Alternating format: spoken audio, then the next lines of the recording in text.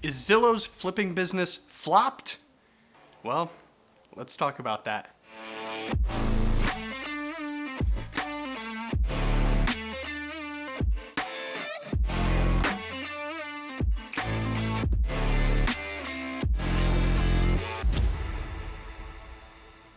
Hey, it's Parker McKee, and Zillow, who's known for their home search site where buyers will frequently go and see what homes may be for sale, and their Zestimate, where homeowners can see what their home may be worth, has announced something very interesting recently, which is that they're doing away with their iBuying business.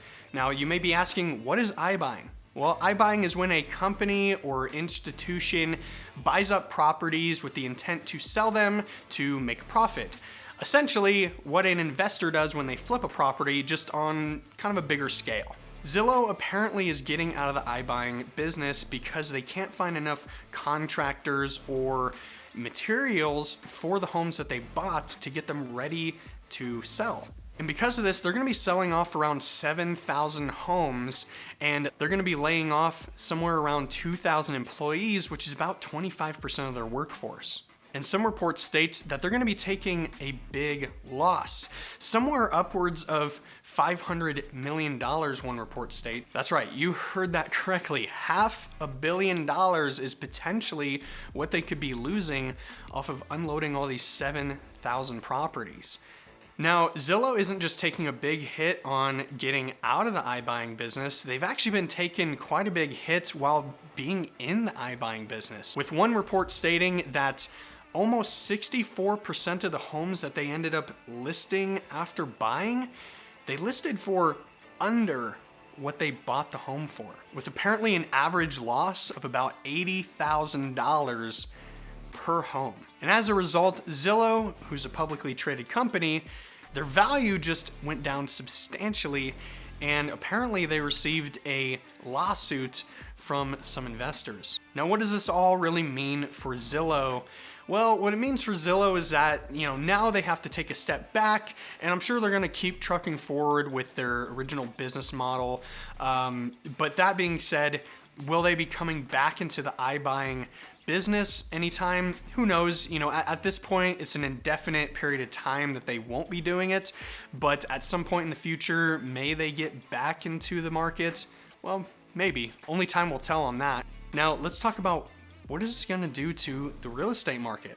Well, virtually nothing.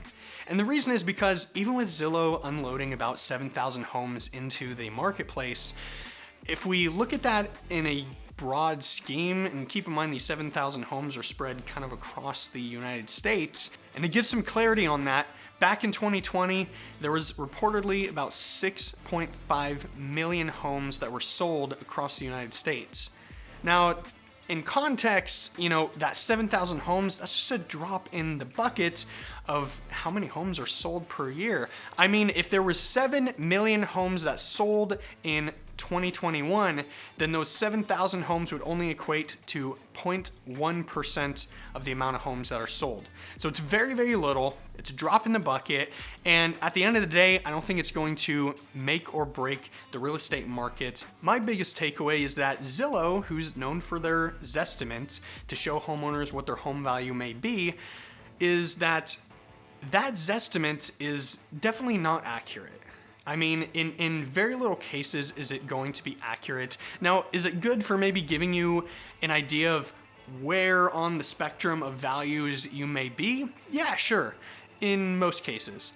But that being said, Zillow is using basically an algorithm and using technology to figure out what home values may be.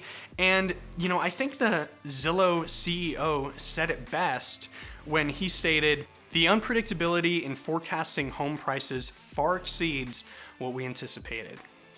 And clearly, Zillow cannot predict what your home's value is. Lean on your local real estate experts, the agents who are going out there helping people buy and sell homes, that are seeing the homes in the market, that are staying in touch with what's going on a day-to-day basis, and know your area locally.